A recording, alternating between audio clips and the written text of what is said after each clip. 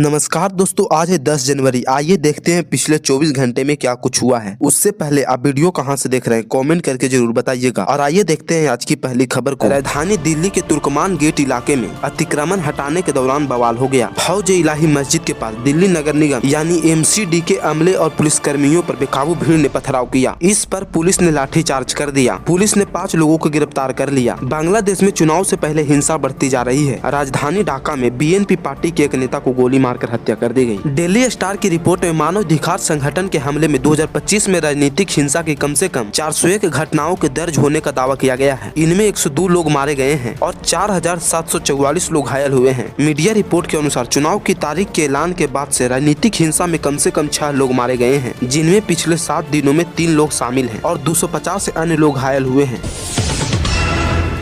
Australia ने England को Sydney में 5 विकेट से हराया। एशेज 4 में से 1 अपने नाम कर लिया। ऑस्ट्रेलिया ने सिडनी में खेले गए एशेज के 5वें टेस्ट में इंग्लैंड को हराकर सीरीज 4 में से 1 अपने नाम कर ली। मैच में ऑस्ट्रेलिया टीम ने बल्लेबाजी और गेंदबाजी दोनों में दबदबा दिखाया, जिससे इंग्लैंड दबाव में आ गया। इस जीत के बाद ऑस्ट्रेलिया ने घरेलू हालत में एजेस पर फिर कब्जा जमाया और सीरीज का मजबूत अंत किया।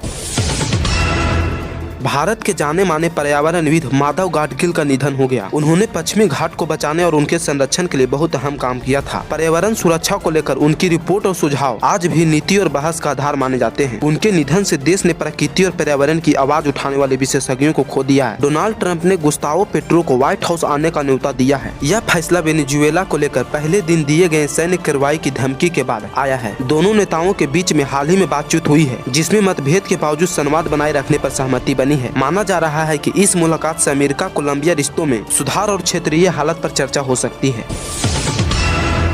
8 जनवरी 2026 को देश में कुछ खास और ध्यान देने वाली घटनाएं हो रही है। आज प्रधानमंत्री और केंद्रीय मंत्री दौरे पर हैं, जहां विकास से जुड़ी योजनाओं और परियोजनाओं को लेकर कार्यक्रम होंगे। इसके साथ ही सुरक्षा और प्रशासन से जुड़ी अहम बैठक भी तय हुई है, जिसका असर आने वाले दिनों में दिख सकता है। वही मौसम और कोर्ट से जुड़े मामलों पर भी लोगों की नजर बनी हुई है। अमित शाह आज नई दिल्ली में जम्मू कश्मीर की सुरक्षा की स्थिति को लेकर अहम बैठक करेंगे। इस बैठक में सीमा सुरक्षा, आतंकी गतिविधियों और कानूनी व्यवस्था पर चर्चा करेंगे। आने वाले समय में सुरक्षा को और मजबूत करने के लिए कुछ बड़े फैसले लिए जा सकते हैं।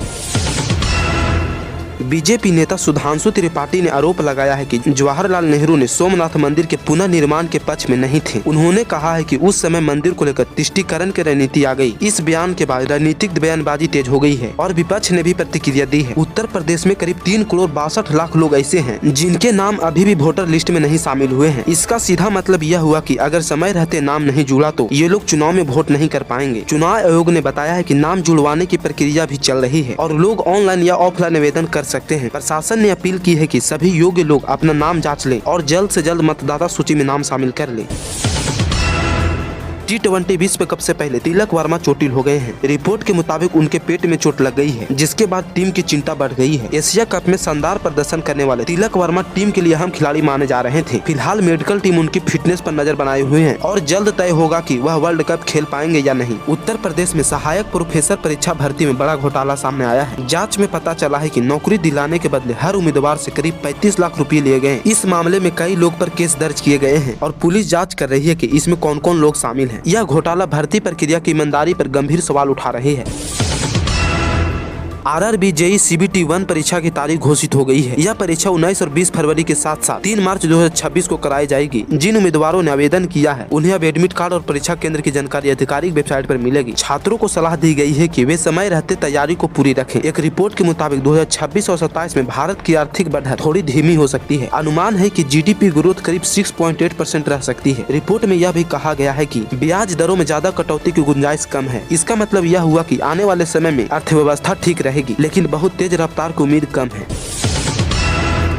भारत की टेक कंपनियां CES 2026 में मजबूत मौजूदगी दिखाने वाली है। इस बार कई भारतीय स्टार्टअप्स भी अब नए प्रोडक्ट और तकनीक दुनिया के सामने पेश करेंगे। इससे भारत की टेक्नोलॉजी और इनोवेशन को अंतर्राष्ट्रीय स्तर पर पहचान मिलेगी और भारतीय कंपनियों का भरोसा भी बढ़ेगा। भारत सरकार ने X और उसके AI टूल ग्रोक AI को लेकर सख्त रुख दिखाया है। आरोप है कि ग्रोक के गलत इस्तेमाल से आपत्तिजनक कंटेंट बन रहा था। इसके बाद IT मंत्रालय को जवाब दिया गया, जिसे सरकार अब जांच रही है। अगर जवाब संतोषजनक नहीं हुआ तो एलन मस्क की कंपनी पर कानूनी कार्रवाई हो सकती है।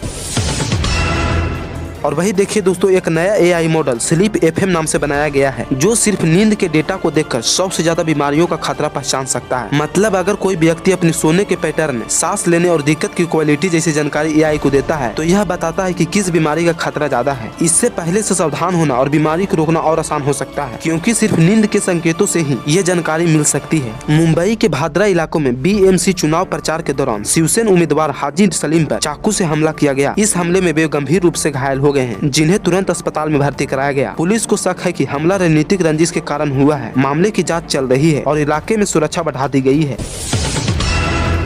एक रिपोर्ट के मुताबिक पाकिस्तान कुछ आतंकी संगठनों को एक साथ लाने की कोशिश कर रही है। बताया जा रहा है कि हमास, लश्कर-ए-तैयबा और जैश-ए-मोहम्मद के बीच तालमेल बनाने की कोशिश हो रही है। अगर ऐसा होता है तो इससे क्षेत्र की सुरक्षा पर खतरा बढ़ सकता है। खुफिया एजेंसियां इस पूरे मामले पर करीबी नजर रखे हुए हैं। नरेंद्र मोदी 10 जनवरी को गुजरात के दौरा करेंगे। इस दौरान वे सोमनाथ मंदिर में दर्शन और पूजा करेंगे। इसके बाद प्रधानमंत्री जर्मनी के चांसलर ओलाफ जोल्ज की मेजबानी करेंगे। इस दौरे में धार्मिक कार्यक्रम के साथ साथ भारत जर्मनी संबंधों से जुड़े अहम मुद्दे पर बातचीत होने की उम्मीद है। इंडिगो की फ्लाइट सेवाओं में बार बार हो रही देरी और कैंसिल को लेकर प्रतिस्पर्धा आयोग ने जानकारी मांगी है। आयोग ने DGCA से पूछा है कि इन परेशानियों की वजह क्या है। इनका मकसद यह देखना है कि यात्रियों को नुकसान तो नहीं हो रहा है और सब कुछ नियम के मुताबिक चल रहा है या नहीं।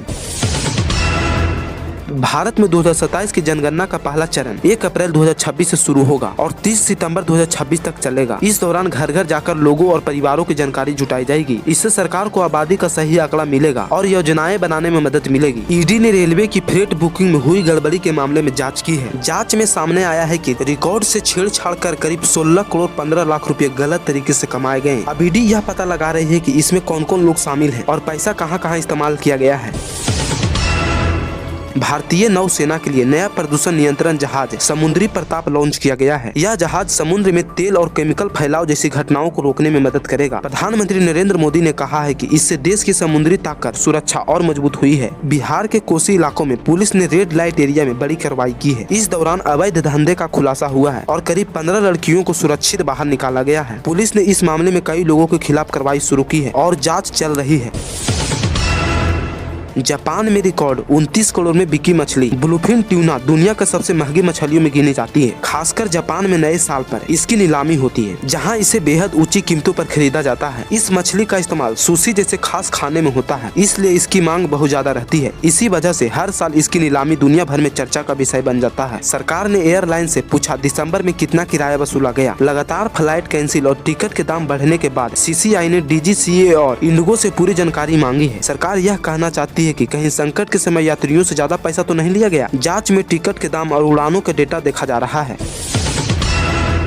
सरकार ने जोमेटो को 3 करोड़ 70 लाख रुपए GST को लेकर नोटिस भेजा है। यह नोटिस पश्चिम बंगाल में जांच के बाद जारी किया गया है। अधिकारियों का कहना है कि कुछ सेवाओं पर सही तरीके से GST नहीं भरा गया है। अब जोमेटो को इस मामले में जवाब देना होगा या रकम जमा करनी होगी। आज शेयर बाजार में थोड़ी मजबूती देखने को मिली है। सेंसेक्स और निफ्टी दोनों हरे निशानों में खुले और शुरुआती कारोबार में बढ़त दिखाई देने लगी है। बैंकिंग और इंफ्रा सेक्टर के शेयरों में खरीदारी से बाजारों को सपोर्ट मिला। हालांकि निवेशक अभी भी सतर्क हैं और आगे के संकेतों का इंतजार कर रहे हैं।